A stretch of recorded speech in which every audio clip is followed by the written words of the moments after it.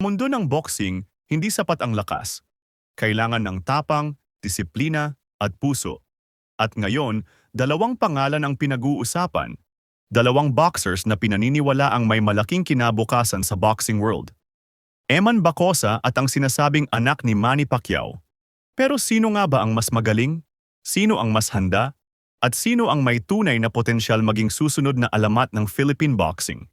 Yan ang aalamin natin ngayon. May isang salitang pwedeng ilarawan kay Eman Bacosa, iyon ay hard work. Hindi siya ipinanganak na may malaking pangalan sa sports. Wala siyang legacy na pwedeng sandalan. Wala siyang shortcut. Pero isang bagay meron siya. Gutong magtagumpay. Araw-araw, maaga siyang nagtitraining. Habang ang iba nagpapahinga, siya nagpapatuloy. Habang ang iba sumuko, siya tumayo. Ang mga coach, sparring partner, at fans niya ay may iisang sinasabi. Si Eman Bacosa ay hindi lang boxer, isa siyang fighter. At sa bawat laban niya, makikita mo ang apoy sa mga mata niya. Hindi para magyabang, hindi para sumikat, kundi para patunayan na kahit wala kang malaking apelido, pwede kang maging kampeon.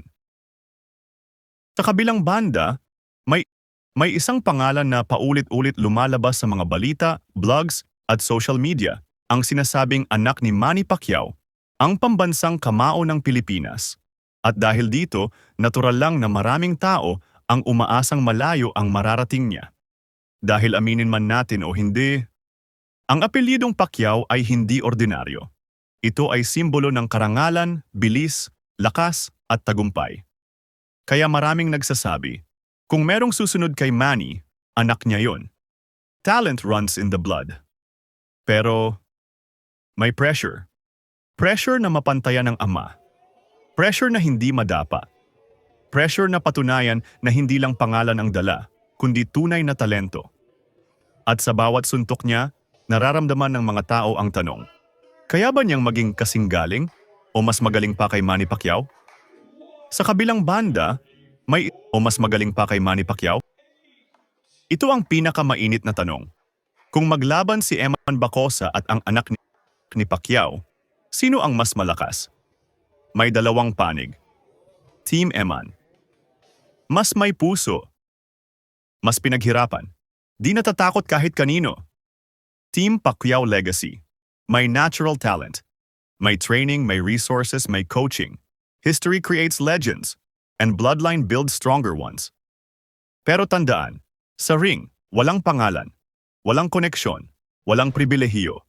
Ang meron lang, kamao kontra kamao, bilis kontra bilis, puso kontra puso.